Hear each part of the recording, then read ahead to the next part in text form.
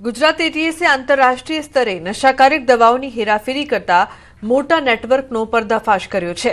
આ કેસમાં એટીએસે 3 આરોપીની ધરપકડ કરી છે। એટોમિટેડ નામની દવાને એલોવેરા પાવડર તરીકે ખોટા લેબલ લગાવી એર કાર્ગો મારફતે થાઇલેન્ડ, મલેશિયા અને સિંગાપોર જેવા દેશોમાં ગેરકાયદેસર રીતે મોકલવામાં આવતી હતી। આ મામલે એટીએસે અગાઉ સુરતથી નિકુંજ ગઢિયાની ધરપકડ કર્યા બાદ હવે ભૌતિક પદ્મણી અને ચેતન વાવડિયાની પણ ધરપકડ કરી છે।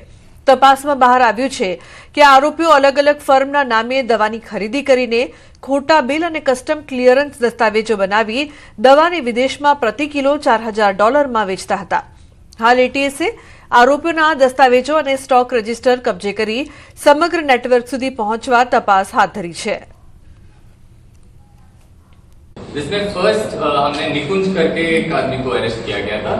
इस मॉड्यूल में 2 और को पकड़ा था जिसका नाम है चेतन और भौतिक, जो भी अलग अलग फर्म के अंदर मिसलेबलिंग करके एटोमिडेट एनालिसिक ड्रग को इंटरनेशनल मार्केट्स में मिसयूज करने के लिए अभी मुंबई जाके उसको तपास किया था, जिसके अंदर हमको अराउंड 6 पैकेट्स कुल मिला के 22 किलोग्राम्स ऑफ एटोमिडेट हमने सीज किया।